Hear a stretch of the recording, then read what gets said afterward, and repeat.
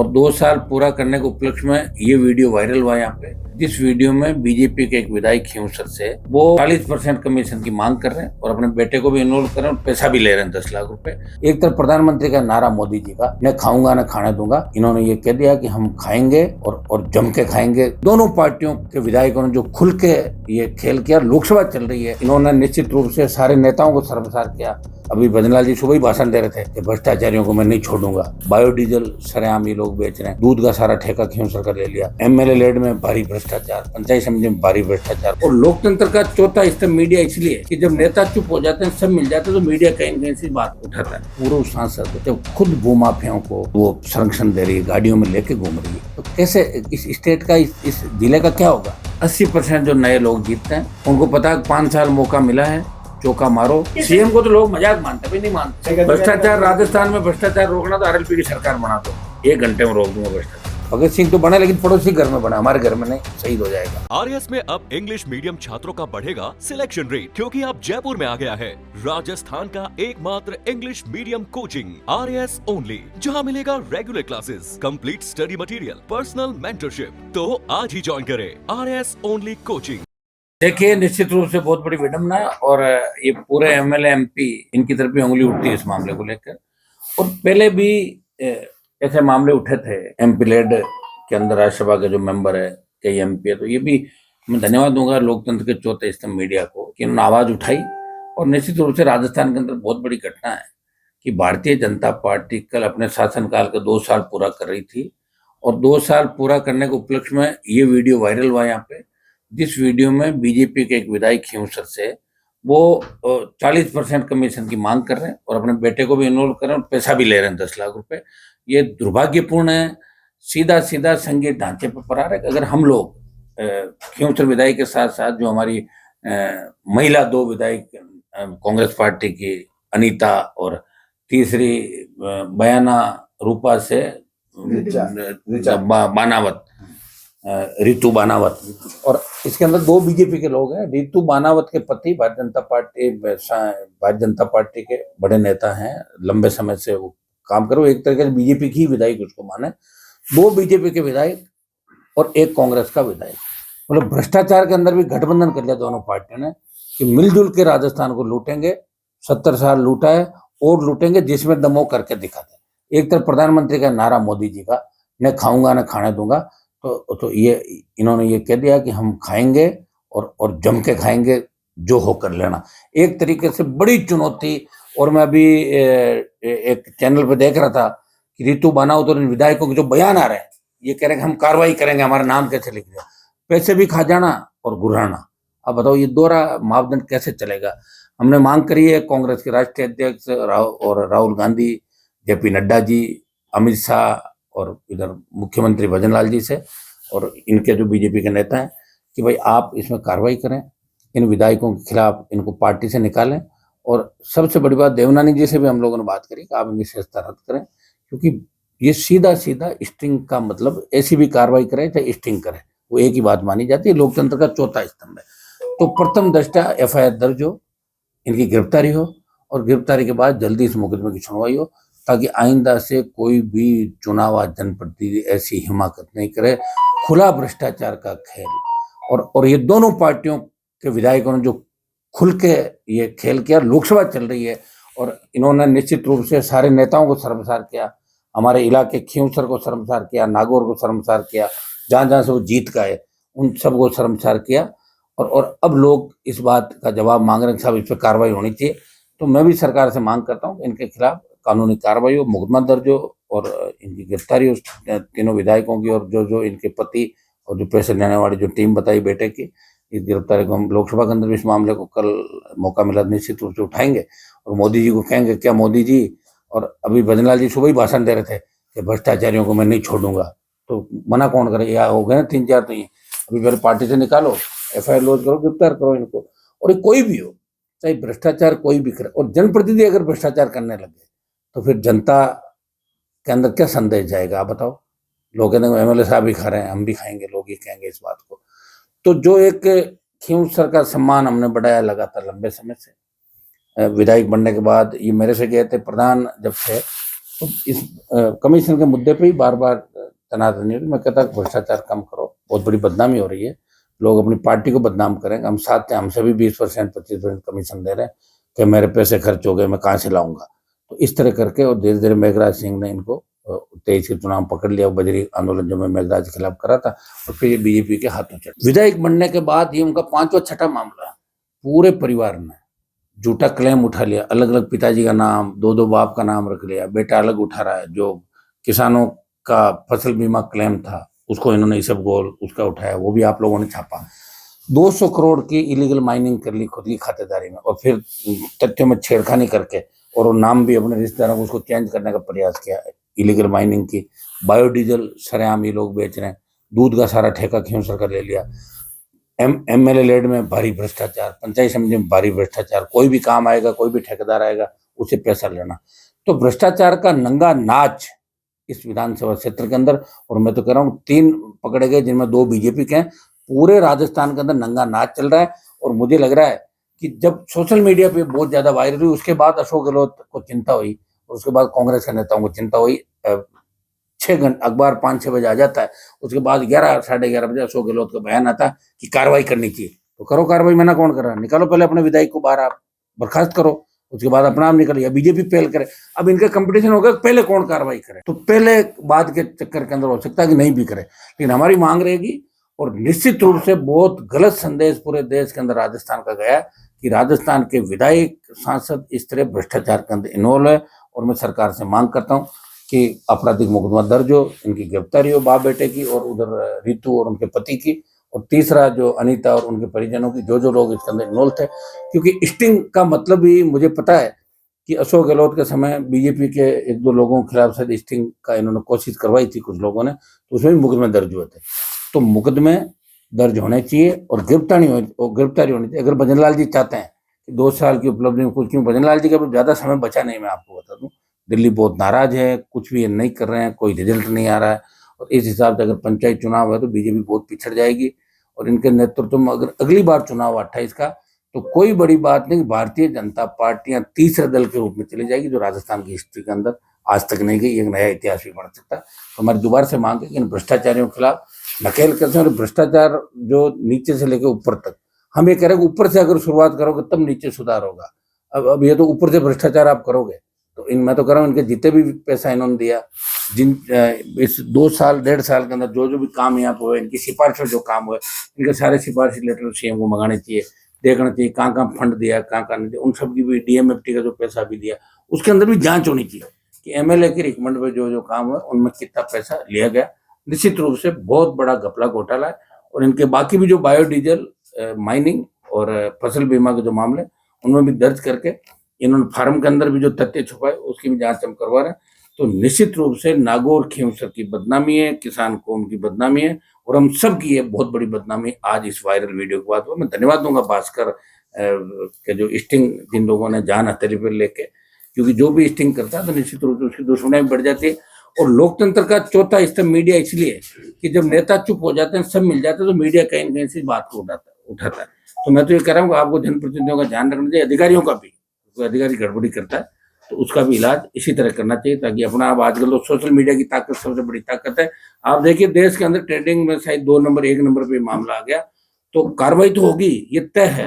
ये पार्लियामेंट में भी उठेगा मामला कि भाजपा कांग्रेस ने मिलकर राजस्थान में भ्रष्टाचार किया, दोनों पार्टियां मिली हुई है। और ये सबूत इन्होंने वायरल वीडियो में दे दिया कि एमएलए लेड का पैसा भी मिलकर खा रही दोनों पार्टी। जैसे नागौर का एसडीएम है जिसको लगा रखा है, यहाँ कल कोई लैंड पे कब्जा कर रहे थे, मैंने भी फोन किया कलेक्टर, एसडीओ मौके पे गया। उसके बाद एसडीओ का खुद का एक प्लॉट है उसके अंदर, उसके बाद एसडीओ ने फोन बंद कर लिया। उसका भाई कोई तीसरा होगा, एक्शन वो होगा, तो नीचे तहसीलदार होगा। सारे अधिकारी भ्रष्टाचार में लिप्त है, और जो भ्रष्टाचार करना चाहते हैं वही नागौर आते हैं।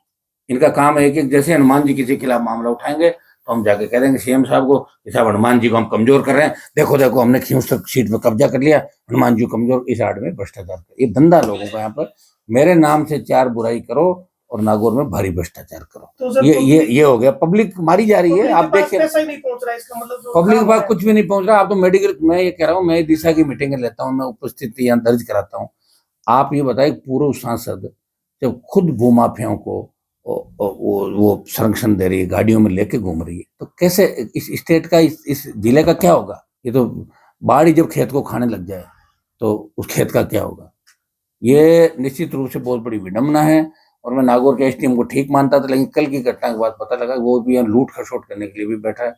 लंबी पर्सनैलिटी, हाइट अच्छी उसकी, खाता पीता अच्छा है और कब्जे भी अच्छे कर लेता है। कल का कब्जा जो 53 नंबर में था, निश्चित रूप से उसका भी बहुत बड़ी उसके अंदर भूमिका रही। कोई भी भूमाफिया हो, अगर कहीं भी करे तो उसका इलाज होना चाहिए। अब बताओ, जब हमारे नेता नांगड़े और अधिकारी इसके अंदर मिल जाएंगे तो कैसे काम चलेगा? बताओ मुझे आप। हम ट्रस्टी हैं, एमपी ट्रस्टी है, एमपी के बाद एमएलए ट्रस्टी हैं। तो डीएमएफटी के अंदर ज्यादातर तो अधिकारियों ने दिया, इनको नॉलेज भी नहीं है एमएलए साहब को। और फिर जो इन्होंने अपना सेटिंग इन्होंने कर रखी थी, उन पंचायतों का नाम लिख दिया। कुछ पंचायत हैं जहाँ इनको वोट कम मिला, तो उसके अंदर पीछे से जाके 7-8 की एजेंसियां बदलवाती। वो मैंने कलेक्टर को कहा भाई आप ऐसे क्या करो, अंदर तो अपनी बात दूसरी हुई थी और आप पीछे से करो। तो कलेक्टर ने हाँ भरी है, दूसरी मीटिंग में एजेंसियां ग्राम पंचायतों को। हम चाहते हैं ग्राम पंचायत के माध्यम से काम हो, ताकि ज्यादा से ज्यादा काम में पारदर्शिता और सही काम हो। ये तो कोई सीएम हटे जब भी राजस्थान का भला हो सकता। अब हमारा मकसद कोई खींवसर विधायक और ये विधायक नहीं है। ये तो चलो भ्रष्टाचार में पकड़े गए, इसलिए हमें इन बातों का जवाब हमें देना पड़ रहा है। जवाब नहीं देंगे, लोग कहेंगे जवाब ही नहीं दिया। बाकी हमारा नहीं तो कोई इनसे फर्क पड़ना, सीएम कार्रवाई करे तो अच्छा, नहीं करे तो अच्छा। हमारा काम जनता को जागरूक करना, और लोकसभा के अंदर में इस बात को उठाएंगे। आवश्यकता पड़ी तो प्रधानमंत्री से भी मिलने का समय मांगेंगे इस विधायक के और इन दोनों विधायकों के कारनामों के खिलाफ, और जो नेता भ्रष्टाचार के अंदर इन्वॉल्व है उनके खिलाफ भी। ये काम ही कर रहे हैं। तो आजकल 80% नेताओं का काम क्या? व्यापारी हो गए, पॉलिटिकल लोग व्यापारी हो गए। 80% जो नए लोग जीतते हैं, उनको पता है 5 साल मौका मिला है, चौका मारो, वापिस आने नहीं, टिकट मिलेगा नहीं। तो इसीलिए भ्रष्टाचार पनप रहा है। पार्टियों को खुद को सोचना होगा टिकट देने से पहले शपथ पत्र के साथ। और मैं तो ये मानता हूँ जिस स्टेट में सीएम समझदार नहीं होता, उस स्टेट में निश्चित रूप से होगा। अभी तो आप एथेनॉल की फैक्ट्री का आप देखना, लॉ एंड ऑर्डर जगह जगह कैसे बिगड़ेगा। ये बजरी रिया वाला मामला वापिस उठेगा, फिर दूसरे मामले उठेंगे। तो ये मामले उठेंगे तो निश्चित रूप से जनता अंदर से क्रोधित है। कांग्रेस मौन है, बोल नहीं रही है। अब एथेनॉल के मामले के अंदर जब मैंने लोकसभा के अंदर उठाया तो 10 कांग्रेस के सांसद वहां बैठे थे, एक शब्द नहीं बोला। मैंने कहा बोलो, तुम लोग यहाँ बैठो, तुम्हारा एमएलए घायल है। तो कांग्रेस इसलिए नहीं बोल रही थी, कांग्रेस ने एमओयू किया था और बीजेपी के नेताओं की पार्टनरशिप है फैक्ट्री के अंदर। तो मिलकर दोनों पार्टियां इस राजस्थान की जनता को लूट रही है, और इनको लगता है कि राजस्थान में कोई क्रांति हो नहीं सकती। एक व्यक्ति लड़ रहा है राजस्थान के अंदर, एक नई पार्टी हमारे पास जो बनी थी, वो 2-3 जिलों के अंदर वो भी प्रयास अपना कर रहे हैं। लेकिन राजस्थान बहुत बड़ा है, और बहुत बड़े राजस्थान में आप देख रहे हो हर जगह लड़ना, प्रयास करना। एक सिंगल मेंबर पार्टी जो लड़ाई लड़े, मैं तो देश के अंदर जब किसान आंदोलन हुआ तो मुझे बलिदान देना पड़ा, और मुझे लग रहा है कि मेरे बलिदान से अगर राजस्थान की जनता को फायदा होगा तो हम सत्ता से बाहर रह के भी राजस्थान के लोगों का भला करेंगे। सत्ता का मोह हमारे को नहीं, वो भी भारतीय जनता पार्टी वसुंधरा जी के प्रति उनकी आस्था है। तो अब मैं मान लो साथ लेना भी जाऊँ, नहीं आए तो मैं क्या कर सकता हूँ? मेरी तरफ से तो विकल्प खुले हैं, आए। क्योंकि मुस्लिम जाट मेघवाल ये कॉम्बिनेशन जो हमने जेएमएम का नारा दिया था, ये जब लोग साथ आएंगे तभी मोर्चा बनकर पार्टी ताकतवर बनेगी। लेकिन अगले कौन कौन लोग आएंगे? साथ में मेरे किरोड़लाल जी भी थे 18 में, 6 महीने पहले चले गए। साथ आए और साथ दे, तब जाके मोर्चा बनता है। और मोर्चा नहीं बनता, मैं तो ये कह रहा हूँ पार्टी, एक पार्टी ताकतवर होकर उभरे। राष्ट्रीय लोकतांत्रिक पार्टी इस बार बड़ी ताकत के साथ उभरेगी, और क्योंकि राष्ट्रीय लोकतांत्रिक पार्टी का जो प्रभाव है वो 30 से 35 जिलों में है राजस्थान के अंदर। आदिवासी बहुल्य 4-5 जिले ऐसे होंगे जहां आरएलपी का प्रभाव आप कम मान सकते हो। बाकी हर जगह राष्ट्रीय लोकतांत्रिक पार्टी ने 18-23 के अंदर दस्तक दी, चुनाव लड़ा, मजबूती के साथ खड़ी रही, और बड़े आंदोलन, बड़ी रैलियां जो राजस्थान में करी वो राष्ट्रीय लोकतांत्रिक पार्टी ने करी। जब लोग ना उम्मीद हो जाते हैं तो आरएलपी पार्टी ही लोगों को न्याय दिलाती है। चाहे एसआई भर्ती का मामला देख लो, चाहे बजरी आंदोलन देख लो पिछली बार, कि मेघराज सिंह को भी अगर हवा खिलाई और जेल में भेजने का प्रयास किसी ने किया, और उसको ये बताया कि लोकतंत्र सबसे बड़ा होता है, पैसे से खरीदा नहीं जाता हर नेता, वो आरएलपी की ताकत नहीं बताया था। अब लोग हमें नहीं समझ पाए, वोट नहीं दिए। अगर हमारे 10-12 विधायक होते तो आज राजस्थान की स्थिति ये थोड़ी होती। इसलिए एक सांपना दूसरा नागना, चोर चोर मोसेरे भाई वो। और भ्रष्टाचार के अंदर भी इन्होंने देखो गठबंधन के साथ भ्रष्टाचार किया, और एक साथ वीडियो वायरल हुआ, और कमीशन भी इनका लगभग शायद एक 40% ले रहा है, एक दूसरा 30, उसको होगा नहीं, वो जितना भी ले रहा। लेकिन मिलके इन्होंने कि भाई इसमें भी हम भ्रष्टाचार भी साथ करेंगे, कोई ये नहीं कहते भाई साथ नहीं किया। सरकार का ग्रामीण विकास मंत्रालय, जो स्टेट का ग्रामीण विकास मंत्रालय है, ये उनको भी कार्रवाई करनी चाहिए। डॉक्टर साहब बड़े लंबे लंबे भाषण दे रहे हैं किरोड़ीलाल जी, उनका ही तो है सारा एमएलए लेड, उनके पास ही तो है। मेरा तो 5 करोड़ का एमएलए लेड और खा गए। जो मैं जब 23 के अंदर जीता था तो 23 नवंबर से लेके 24 नवंबर तक तो मैं ही विधायक था यहाँ पे। 24 में नया विधायक बना, फिर मैं एमपी बना। तो मेरा 1 साल का बजट भी सरकार ने इसलिए रोक लिया कि हनुमान जी को हम बजट देंगे तो हो सकता है वापस एमएलए के चुनाव के अंदर इनको वोट ज्यादा मिले। इसलिए मेरा 5 करोड़ रुपए बजट अटका पड़ा है। अगर वो बजट समय पे खर्च होता तो लोगों के काम आता। वो मेरी रिकमेंडेशन थी 5 करोड़ की, वो सरकार ने अटका दिया उस पर से। लड़ रहा हूँ मैं लड़ाई उसको, हाईकोर्ट में गया था, हाईकोर्ट से निर्देश दिलाए, लेकिन सरकार अभी भी पैसा नहीं दे रही। मेरा 5 करोड़ खा के बेटी भजन लाल से। एमएलए रेड की जांच के लिए एक अलग एक वो बना है कि एमएलए रेड में अगर एमएलए कोई गलत रिकमेंडेशन करता है तो ये उन अधिकारियों की जिम्मेदारी जो नीचे बैठे हैं वो भी बराबर के वो बनेंगे मुलजिम। जिस बार बार इसमें सीईओ का नाम आ रहा है, तो सीईओ जो भी है, इसका मतलब जो सीईओ वो भी उकसा रहा होगा दरी के लिए। जहां जहां सीईओ थे तो बात तो वहीं से आई है ना, तो उन पर भी कार्रवाई होनी चाहिए। इस मामले को भ्रष्टाचार निरोधक ब्यूरो को आज ही सीएम को देना चाहिए, अगर उनकी बात में दम है तो। वैसे सीएम की बात में दम नहीं, मैं नहीं मानता। सीएम को तो लोग मजाक मानते, भाई नहीं मानते। और जो स्कूलें गिर रही है उनको ठीक नहीं करे, जो बच्चे खत्म हो गए उनको पैसा अंदर एक बकरी दे रहे हो आप झालावाड़ के अंदर। जो सीएम को कम से कम 50 लाख 1 करोड़ रुपया देना चाहिए। वसुंधरा जी का इलाका था, वो मामले को लोकसभा के अंदर हमने उठाया, बड़े आंदोलन चले। हमारे बच्चों को बैठने की जगह नहीं, बच्चे जान गंवा रहे, वहां नहीं दे रहे हो। दरी पट्टियों के लिए भ्रष्टाचार आप कर रहे हो, अधिकारी इन्वॉल्व है और नेता इस तरह भ्रष्टाचार कर रहे हैं। ये तो खुलेआम बात होगी और इसमें ज्यादा मेरे हिसाब से कहने की आवश्यकता नहीं। पूरा देश आज देख रहा है कि राजस्थान को शर्मसार इन 3 लोगों ने किया। और अगर ऐसे 10, 20, 25 का और स्टिंग हो जाए, कुछ बड़े अधिकारियों को हो जाए, कुछ पुलिस अधिकारियों को हो जाए, फिर तो सारे मामला सामने आएगा। भ्रष्टाचार राजस्थान में भ्रष्टाचार रोकना तो आरएलपी की सरकार बना दो, 1 घंटे में रोक दूंगा भ्रष्टाचार। अब कैसे कर, मैंने आपको जवाब दे दिया। वो तो वही होता है, डंडा लेके निकल जाओ और खुद ही करो इलाज, वही रुकता भ्रष्टाचार। भजनलाल जी को पता ही नहीं कौन सा फंड कहाँ जाता है, इनको तो खुद लिख के भाषण देते हैं, पढ़ देते हैं, गलत पढ़ देते, लिखा हुआ ही गलत पढ़ देते हैं। कहाँ से भ्रष्टाचारी रोकेंगे? सारे भ्रष्टाचारियों को तो आसपास बिठा दिया इन्होंने, तो रुकेगा कैसे भ्रष्टाचार बताओ। बारीक अवैध खनन जिसमें कांग्रेस नेताओं का भी था, 5 चूड़ी करनू बेल्ट के अंदर, माणकपुर बेल्ट के अंदर, बड़े नेता कांग्रेस बीजेपी के जो ढंग के नेता है वो अवैध माइनिंग करवा रहे हैं। प्रयास हम करेंगे इलीगल माइनिंग को रोकें। इस पूरे खींवसर में तांतवास से लेकर गोटन तक का बीच का जो इलाका, लाइम स्टोन, सैंडस्टोन, यहाँ पर माइंस जो अवैध चल रही उसका 20,000 रुपये जाता है, जिसमें 5,000 संबंधित थाना एक माइंस का, 5,000 एसडीएम, 5,000 एमएलए और 5,000 इनका और मिलकर हो जाता है। मतलब 20,000 से 40,000 रुपये पर माइंस का कमीशन है। इलीगल माइनिंग रोकनी चाहिए। गरीब आदमी तो उसमें कुछ कमा नहीं पाता, एक बार पकड़ा जाता है तो उसको, लेकिन बड़े लोग इसके अंदर ढंग से कमाई कर लेते हैं। और जब मैंने कहा ना बाढ़ खेत को खाने लगे, हमने तो आड़ से कभी ये नहीं देखा इधर क्या हो रहा है, कितने भट्टे हैं, कितनी माइंस है, चेक भी नहीं की कभी। लेकिन अब ऐसे लोग आ गए जिन्होंने कुछ देखा नहीं जीवन के अंदर, जो लोगों से ही पड़े बड़े, उनको एकदम से मिल गया, एकदम से मिल गया तो अपच हो गई, तो ये तो नुकसान करेगी निश्चित रूप से। ये खींवसर के लिए भी घातक है और आने वाले टाइम के लिए भी घातक है। एक तरीके से खुद ही इस व्यक्ति को आगे आके कि भाई मेरी गंभीर चूक हुई है और मैं अभी ये छोड़ रहा हूँ, तो फिर भी थोड़ी बात रह सकती है। ये कह रहा है मैं तो हनुमान जी को हरा गया, हनुमान जी से बड़ा हूँ, ये करना चाहिए। वैसे हराया मुझे नहीं इसने, मैंने हरा दिया था इसको। मैंने झूठा छोड़ा था वापिस उपचुनाव, ये मेरा झूठा छोड़ा हुआ खाया था इसने। ओरिजिनल चुनाव में तो मैं ही जीता था। 23 के चुनाव में खींवसर से आरएलपी की जीत हुई थी। मेरा मन हो गया मैं एमपी का लड़ूं, किधर तो दे दिया इसको। सब लोग मिल गए, कांग्रेस भी मिल गई, मौका लग गया। तो बार बार कह रहा मैं हनुमान जी को हरा दिया, मेरे को नहीं हराया। 4 साल के लिए बनाया एमएलए, 5 के लिए नहीं बनाया। 4 में भी 1 साल के अंदर क्या कोराम मचा दिया देख लो आप। माइनिंग से लेके, बायोडीजल से लेके, डोडा पोस्ट से लेके, सारा परिवार में मुकदमे होंगे, 15 मुकदमे कम से कम परिवार के छोटे मोटे बच्चों पे लगे। तो टोटल जो इलीगल काम है सारे इसके रिश्तेदार धूम धड़ाके से कर रहे हैं। और इस बात के लेकर हम हनुमान जी के खिलाफ हैं। भजनलाल जी इस बात को समझते नहीं, कुछ लोग कह देते हैं और कुछ लोग जो पहले कांग्रेस के साथ डोलते थे इनके साथ डोलने लगे, क्योंकि हनुमान जी सही बात कहते हैं, वो पकड़ में नहीं आ रहे। मैं अगर ऐसा कोई काम कर देता तो मुझे थोड़ी छोड़ती सरकार। मेरा तो 2 लाख रुपए लेके बिजली का जो बिल था, पैसा दिया हुआ कनेक्शन जब काट दिया इन्होंने, जब मैं डीबी से जीत गया तो भी रिव्यू लगा रहे हैं कि डीबी में गलत फैसला हुआ, वापस करो इसको। तो सरकार जितनी हड़केपन पे आ गई, सारी पंचायतों को मैंने तो कहा नहीं किस तरह तोड़ मरोड़ करके, उससे क्या फर्क पड़ता है? क्या फर्क पड़ेगा बताओ मुझे। आज ये बाहर सरपंच बैठे इतने सारे, आराम से बैठ के बात कर लेते हैं इनसे। जब पहले कमिटमेंट हो गया था तो नागौर पंचायत समिति में इस तरह अलाइक से बालाजी को ले गए, तो इन लोगों से बात तो करते हैं एक बार। कहाँ बालाजी तो नोखा के पास है, अलाइक मिड है, या इनको बैठा के सहमति बनवा लेते कोई ना कोई। ये भजनलाल जी भी पहले क्या करते थे आपको पता, शेम बन गए। ये आगे का क्या है पीछे का क्या, अपना हाथ थोड़ी, बच्चा पैदा होता है माँ बाप के सामने हो जाता 25 साल बाद, उसका इलाज है क्या किसी के पास? कि आगे क्या होगा। किसी ने सोचा क्या कोरोना आएगा, आ गए ना, मर गए लोग।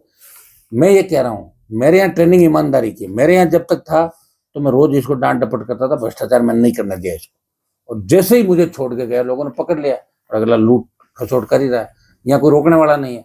आगे पीछे का क्या पता, मैं मेरी गारंटी ले सकता हूँ। मैं क्या कह रहा हूँ, मेरी जवाबदारी कि मैं हर चीज के लिए मैं जिम्मेदार हूँ कि मैं ईमानदारी के साथ इस देश की, इस प्रदेश की, देश की, क्षेत्र की सेवा करूंगा। साथ वाला क्या कर जाए, और मेरी पार्टी का आदमी अगर कोई काम करता तो अभी तो तुम्हें निकाल देता 15 मिनट का, रोकता थोड़ी उसको। आपराधिक कृत्य बनता है, मुकदमा दर्ज करें। और हाईकोर्ट भी इसके अंदर अखबार की न्यूज के आधार पर हाईकोर्ट संज्ञान लेके गिरफ्तारी का आदेश दे सकते। हम लोग प्रयास करेंगे और राष्ट्रीय लोकतांत्रिक पार्टी आवश्यकता लोकसभा में इस बात को उठाएंगे, रैली पे आंदोलन भी करेगी, इन भ्रष्टाचारियों के खिलाफ ढंग से वो ताकत के साथ लड़े पकड़े। लेकिन जिस व्यक्ति को भ्रष्टाचार विभाग के डीजी की जिम्मेदारी दी, मुझे नहीं लगता कि वो आदमी कुछ करेगा, क्योंकि सारी सारी टीम जो डीजी के आसपास लगी है, ये वो लोग थे जब गहलोत की सरकार गिरी थी, उसमें फोन टैप कर रहे थे हम लोगों के। तो मुझे नहीं लगता कि कोई कार्रवाई ये इंटरेस्टेड होंगे। ये तो भजन लाल क्या करेगा। अब इनका तो अभी हालत ये है बीजेपी के अंदर कि बीजेपी के अंदर किसी आदमी का कोई कमिटमेंट हो जाता है तो गारंटर कोई नहीं कि उस बात पे सहमति भी होती कि नहीं होती, उसी पे लड़ते रहते हैं सारे। यहाँ भी राजस्थान की धरती शायद कोई बलिदान मांग रही होगी किसी ने, हमने तो दे ही दिया बलिदान, 20 साल से लड़ी रहे सड़कों पे। देखिए दिल्ली से मुआवजा नहीं आया, इसका हम प्रयास करेंगे सब किसानों को समय पे मुआवजा मिले। तंत्र में इतना भ्रष्टाचार हो गया कि मुआवजे के लिए भी अलग अलग एजेंट तैयार हो गए। श्रम विभाग की अभी जो बात इन्होंने श्याम जी ने उठाई थी, श्रम विभाग के अंदर किस तरह का भारी भ्रष्टाचार है। यहाँ के जिले का चार्ज किसी के पास है, कहीं का किसी के पास है, पहले ही दलाल सब जगह छोड़ दिए। अब इस भ्रष्टाचार का एक इलाज है कि ऊपर से आपकी मॉनिटरिंग मजबूत हो और आपके कलेक्टर, एसपी 40-41 लोग नए ईमानदार लगे और उनको शपथ दिलाई जाए कि तुम अपने अपने जिले के अंदर ईमानदारी से 2 साल काम करोगे। पहले ये करोगे आप 1 साल ईमानदारी से करोगे, ठीक हो, फिर 2 साल, क्योंकि लोगों को मोटिवेशन देना पड़ता है। कहाँ करेगा इस सरकार के अंदर, जवाहर बेगम से लेके कन्हैयालाल से लेके जोगाराम जमीनों का धंधा कर रहा है, के को आप देख लो, आपके 2-3-4 मंत्री और आगे जिनके रोज नाम आ रहे हैं। अब एमएलए इस तरह कर रहे हैं, कौन करेगा इस सरकार के अंदर, मुझे बताओ। दिल्ली वालों तो राजस्थान को पटक दिया, हमें जरूरत नहीं है, अभी 28 में चुनाव है, 26 के लास्ट में देखेंगे। 1 साल तो राजस्थान की जनता की जो बर्बादी हो रही है, जिस तरह पेपर लीक हो रहे हैं, जिस तरह आरपीएससी के पुनर्गठन को लेके, एसआई भर्ती को लेके वापिस जिन्होंने अपील कर दी एसआई भर्ती सही है, तो सरकार की कतनी करने के अंदर अंतर है। और निश्चित रूप से राजस्थान में एक नई क्रांति की आवश्यकता, और जल्दी आरएलपी पार्टी इन सब मुद्दों को लेकर राजस्थान में बड़ा आंदोलन करने की तैयारी कर रही है। देखिए जेके सीमेंट फैक्ट्री आई थी सबसे पहले, तो उस समय नाथुराम जी मिर्जा बड़े नेता थे यहाँ के, और उनके भतीजे रिचपाल मिर्जा और इन लोगों ने जेके में सारा ट्रांसपोर्ट का काम ले लिया और 30 साल तक जेके के गुलाम बन के रोज के 2 लाख रुपए इनके घर आते थे बैठे डेली के, और वहां लड़ाई झगड़े करा के वहां आदमी मरवा दिए। जेके एक इन्होंने कब्जा कर लिया। अब अंबुजा आई, मैं लोगों को रोजगार की बात करता हूँ, जल्दी चालू कराने की बात करता हूँ, बड़े मुआवजे की बात करता हूँ, ये वहां बैठ जाता है ग्रुप सारा सारा मेरा विरोधी, बैठ के कोई ट्रक लगा लेगा, कोई ट्रांसपोर्ट साइकिल लेगा, कोई कैंटीन ले लेगा। औकात नहीं ना लोगों की, देखावा नहीं लोगों का, लड़ नहीं सकते। भगत सिंह तो बना लेकिन पड़ोसी घर में बना, हमारे घर में नहीं, शहीद हो जाएगा। ये आपका आ गया इधर। तो जब आपके पॉलिटिकल लीडर और समाज को नेतृत्व देने वाले लोग जब उनकी सेठों के मुनीम बन जाएंगे तो फिर जनता का क्या होगा। आप देश के अंदर देखें, प्रदेश के अंदर देखें, जितने भी एक्सप्रेस वे बन रहे हैं, चाहे मुंबई दिल्ली एक्सप्रेस वे, सस्ती दर पे जमीनें खरीद ली किसानों की। डीएलसी हमारी बहुत कम है, लोग जानते नहीं डीएलसी के बारे में। भारतमाला, कितनी जमीन भारतमाला में ले ली, इसका जितना उपयोग होना चाहिए नहीं। भारतमाला में कितने एक्सीडेंट हो रहे हैं, और पंजाब हरियाणा जो मुआवजा दे रहा है उससे 25% अपन नहीं दे रहे हैं।